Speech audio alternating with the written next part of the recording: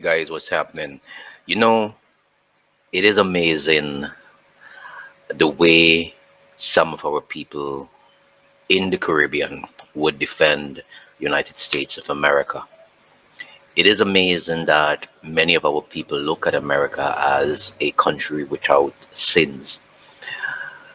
Nobody is saying that America does not do good, has done a lot of good in this world, but a lot of its foreign policies have done a lot of bad in this world as well.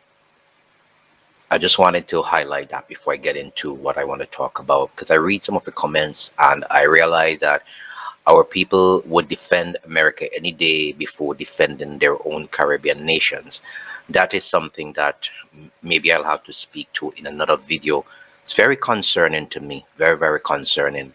And it says a lot. We've been brought up on a history, and that history is not as accurate as we thought it was. Many of us have gone on to study the real history, our history, and see where the mistakes and all of the inconsistencies lie. But that is for another video at another time. Yesterday, Marco Rubio was in the Caribbean, and it's amazing how they would like to pull wool over the eyes of our prime ministers.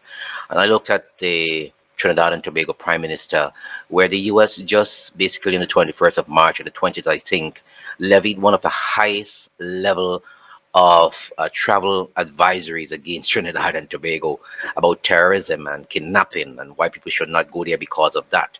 And yet yesterday, you're telling Mr. Young, who's the prime minister of Trinidad and Tobago currently, that he should basically help the United States to the end of the Maduro regime. Call it a malign regime or evil in nature. That's what I want to talk about today. It's crazy. It's a double-edged sword for Trinidad and Tobago. It's really, really, really one of those things that I really hope that our people open their eyes and begin to see what's happening. So, the United States Secretary of State called on Prime Minister Stuart Young to support moves against Venezuela's Nicolas Maduro administration during a bilateral meeting in Kingston, Jamaica. See what I'm talking about there?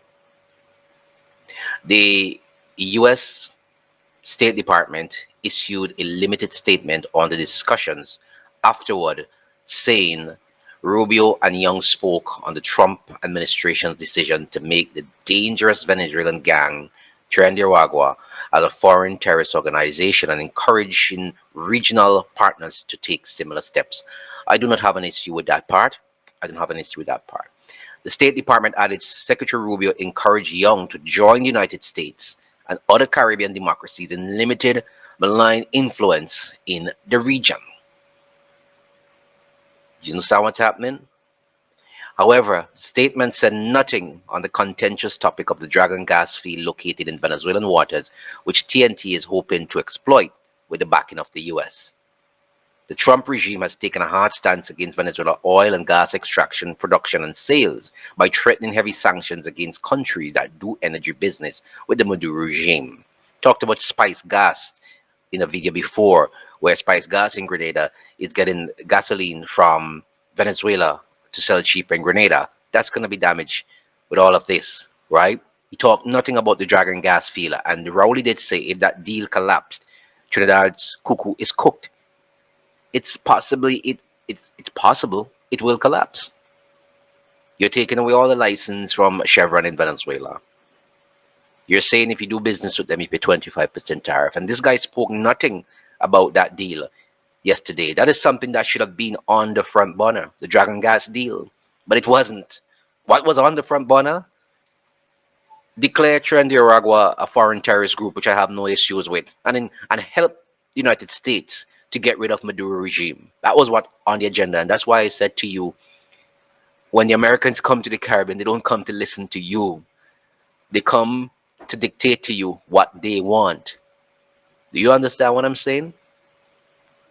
It also went on to say that around 1:30 p.m. yesterday, the State Department added another layer to the threats, posting in its Facebook page a tweet made by Marco Rubio on Tuesday, which read, "The U.S. will not tolerate any third countries or the oil companies producing, extracting, or exporting oil and oil related products with the Maduro regime in Venezuela? Where does the dragon gas field lie? That's what I'm talking about. Aren't we just reading between the lines? Why do they want to play us for a fool, and why do we accept these things?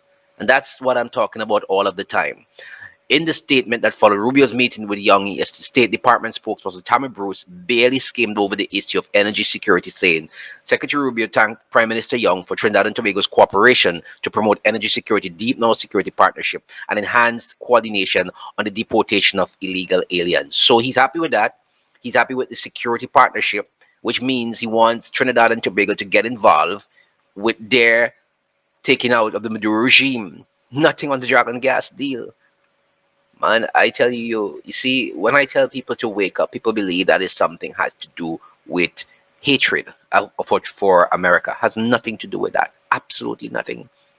The U.S. State Department has updated its travel advisory for Trinidad and Tobago to level 3, urging Americans to reconsider travel due to the increased risk of terrorism and kidnapping. So on one hand, you're saying, look, don't go there. There's terrorism, there's kidnapping. It's not the usual guns that they talk about. They say now it's terrorism and kidnapping.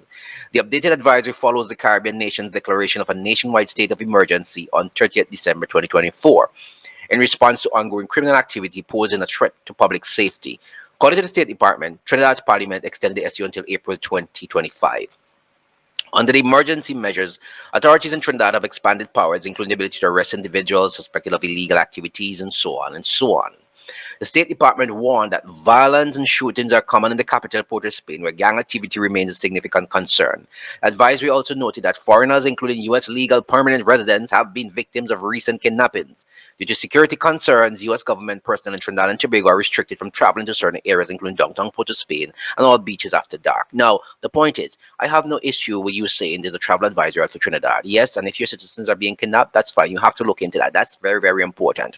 But what I'm saying, you're issuing one of the highest levels of travel advisory, which includes terrorism and kidnapping for Trinidad and Tobago. But yet you want me, Trinidad and Tobago, while I may lose money on one front, you want me to help put myself into a battle with you to be rid of the Maduro regime.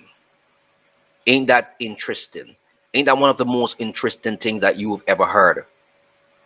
And that is why I say to our people, you have to defend your country first and foremost. Look at all the issues with him.